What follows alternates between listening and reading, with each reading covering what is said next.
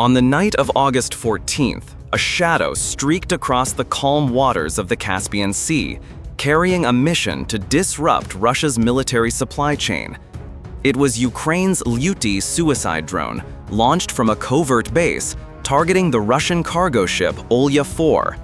The vessel, with a displacement of 5,500 tons, a length of 394 feet, a beam of 43 feet, and a draft of 15 feet, was ferrying critical cargo, components for Shahed 136 drones, 152mm artillery shells, and jet engine parts from Iran's Bandar Anzali port to Makhachkala, Russia. This wasn't just a daring strike, it was Ukraine's bold statement that no Russian supply line, even deep in Moscow's controlled territory, is safe. What unfolded next underscores why Russia should not underestimate Kyiv's resolve. The Russia-Ukraine war, now in its third year, has evolved into a contest of endurance, innovation, and strategy. For Russia, Iran's supply of Shahed 136 drones has become a cornerstone for long-range strikes on Ukraine's energy and civilian infrastructure. The Shahed 136, with a range of 1,550 miles, a top speed of 115 miles per hour, a 110-pound explosive warhead, and GPS-INS guidance, offers a cost-effective weapon, enabling Russia to hit strategic targets with precision without risking pilots or costly aircraft. The Shahed 136, powered by a two-stroke MD-550 engine, weighing 440 pounds and capable of 12-hour flights, poses a persistent threat to Ukraine's air defenses. To sever this supply line, Ukraine's Defense Intelligence Agency, HER, closely tracked Russia's logistics routes from Iranian ports across the Caspian Sea to production facilities like the Alabuga Special Economic Zone, where Shahed 136 drones are assembled. Months before the strike, HER compiled a detailed intelligence picture of Russian operations in the Caspian Sea.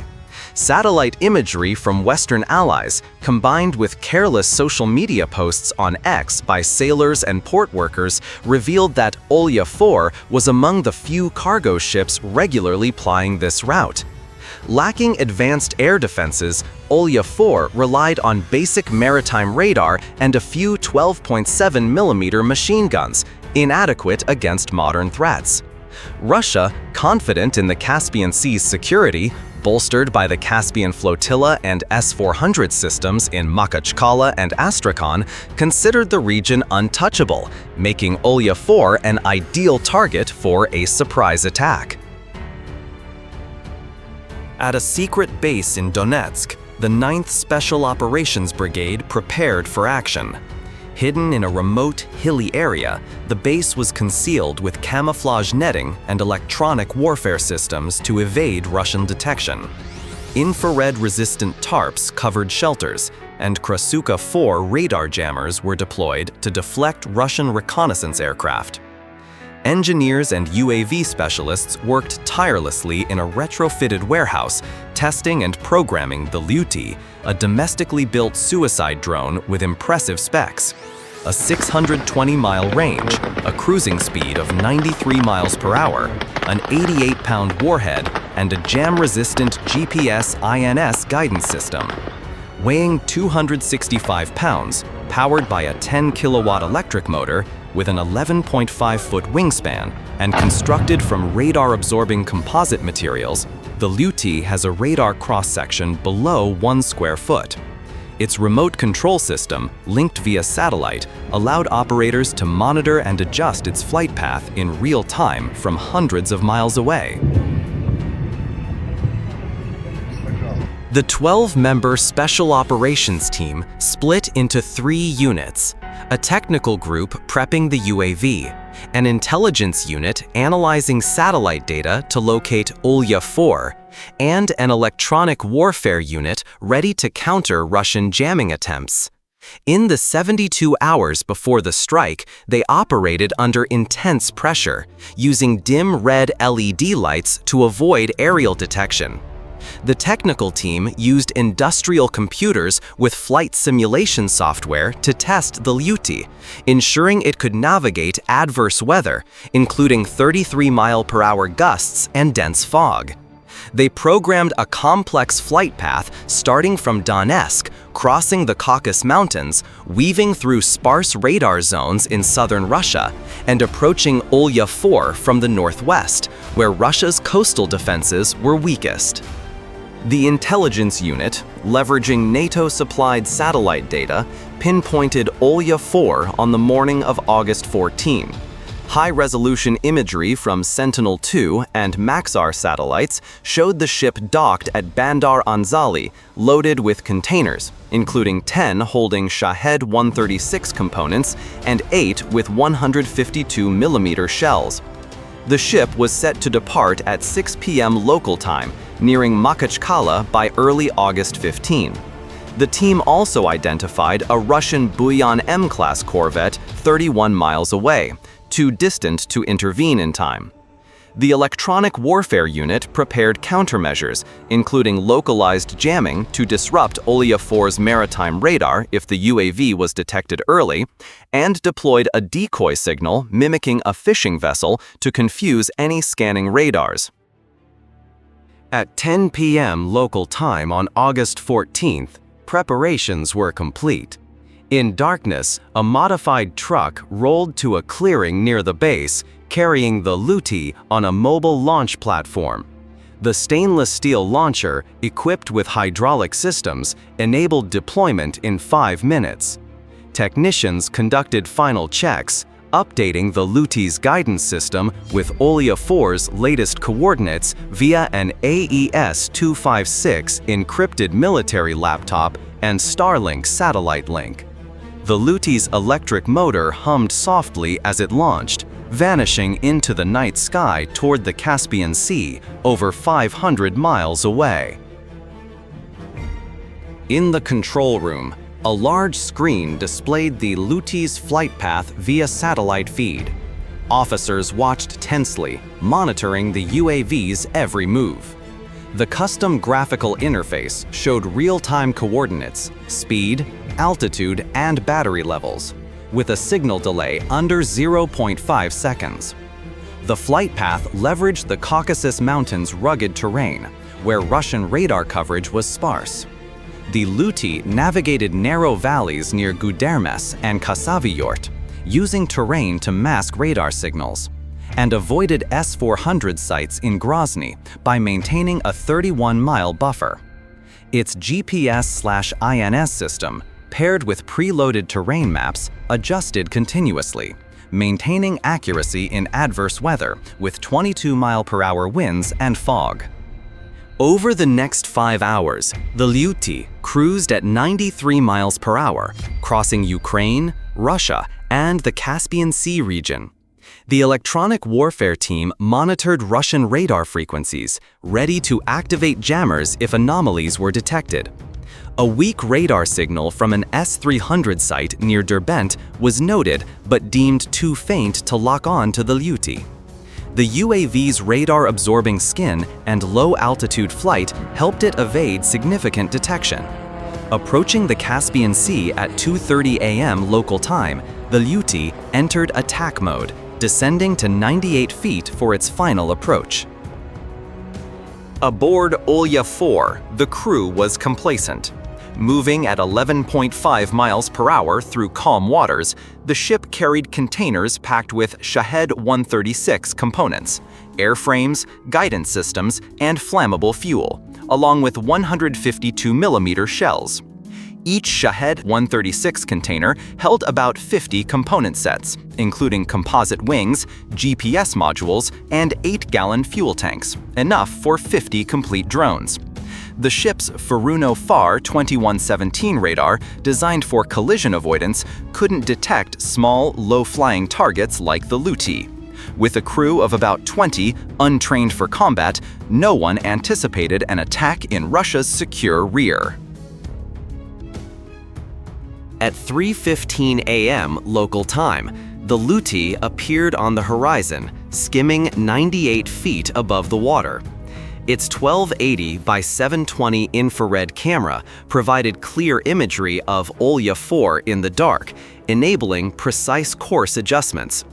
The ship's radar detected an object at 3.1 miles, but couldn't identify it immediately. The captain, a seasoned sailor, ordered a check, but before the crew could react, the Liutyi accelerated to 112 miles per hour, diving toward the main cargo hold. Its radar-absorbing skin kept it nearly invisible until the last second, and the ship's light machine guns couldn't respond in time. In the Ukrainian control room, officers held their breath as the Liutyi entered its final phase. The UAV's infrared camera and GPS locked onto a central container, identified by intelligence as holding Shahed 136 components. Marked IRN 136-04, it contained critical parts, like flight control systems and warheads, valued at $1.2 million. At 3:17 a.m., the Liutyi struck the container, detonating its 88-pound warhead. The initial explosion tore a 10-foot hole in the ship's starboard side. Flames from Shahed 136 fuel, reaching 2,200 degrees Fahrenheit, spread to nearby containers, triggering a chain reaction. Secondary explosions from 152mm shells, each with a 15-pound TNT equivalent, and Shahed 136 fuel rocked Olya 4. The blasts destroyed 4 more containers, and a massive fireball lit up the night sky, visible for miles. The crew scrambled to deploy lifeboats, but the ship listed to starboard as seawater poured through the breach at 132 gallons per second. Olya 4 lost buoyancy within 10 minutes. Containers were blown apart, debris scattered, and thick black smoke enveloped the area. Within 15 minutes, the ship began sinking, its bow dipping below the surface. As Olya 4 sank, some crew members jumped into the 54-degree F water, but floating debris and cold temperatures hindered survival efforts. Only 8 of the 20 crew members were reported rescued by a Russian vessel after 2 hours. At the Ukrainian base, satellite imagery from a regional ally's reconnaissance UAV, possibly from Georgia or Azerbaijan, captured the explosion. The Ukrainian team cheered, though tempered by caution. The electronic warfare unit continued monitoring Russian frequencies for signs the Liutyi was detected pre-strike. No signals indicated Russia had spotted the UAV, thanks to its low-altitude tactics and stealth technology. By 3:35 a.m., Olya 4 sank to the Caspian Sea's 656-foot depths, leaving a debris field on the surface. The cargo, worth millions, including 500 Shahed 136 component sets, 3 months production at Alabuga, and 1,152mm shells, was destroyed, significantly disrupting Russia's airstrike campaigns. News of the attack spread on X, with Ukrainian accounts and regional observers confirming the event. A short video, likely from a reconnaissance UAV, went viral on X, showing the explosion and Olya 4 sinking, cementing Ukraine's victory. Russia, tightly controlling information, issued no official statement. However, X posts from pro-Russian accounts like @CaspianWatch revealed shock and anger. The Caspian flotilla increased patrols and deployed additional Gepard-class frigates to protect remaining routes. Unofficial sources suggested Russia was investigating, but the blow to its Caspian logistics was undeniable. With Olya 4 lost, Russia faced costlier alternatives like Il-76 air transport or enhanced security for ships like Olya 5 and Volga 12 with Pantsir S-1 systems, raising operational costs by 30%. The strike carried deep strategic implications. The Shahed 136, with its precision and low cost, is central to Russia's attacks on Ukrainian infrastructure. Destroying its components disrupted production at Russian factories reliant on Iranian parts.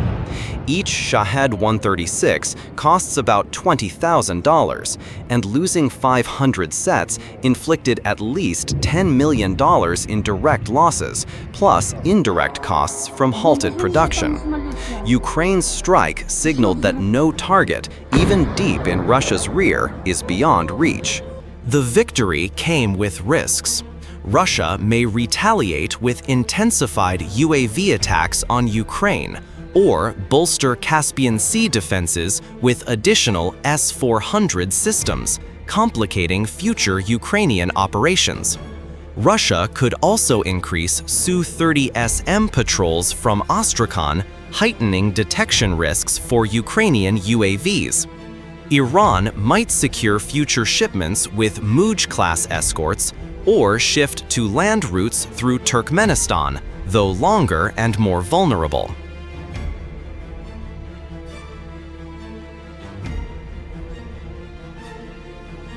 At the Donetsk base, the team returned quietly, foregoing major celebrations. They knew the war was far from over, and each victory was a small step in a larger struggle.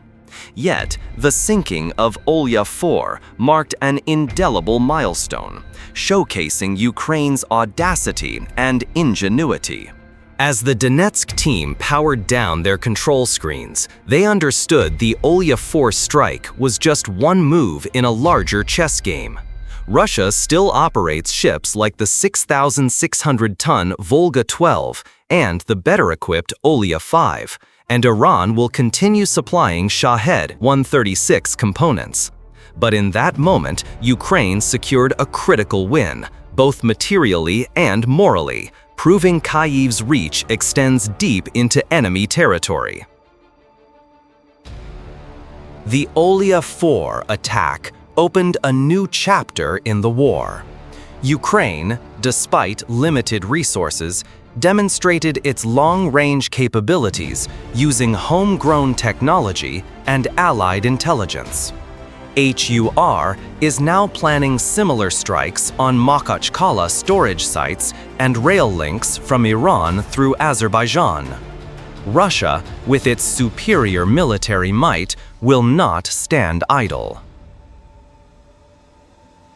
Ukrainian officers know Moscow may fortify the Caspian Sea with 96 L6E radars and Tor-An-2 missiles along the coast, or retaliate with fiercer attacks, such as Kaliber cruise missile strikes from the Caspian flotilla targeting Kyiv or Odessa's energy infrastructure. Still, in the Caspian's dark night, the glow of Olya 4's explosion sent a clear message: Ukraine will not yield.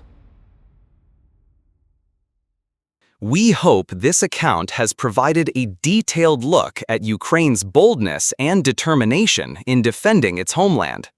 If you found this story compelling, please share and leave your thoughts in the comments. Thank you for joining us, and we look forward to sharing more stories soon.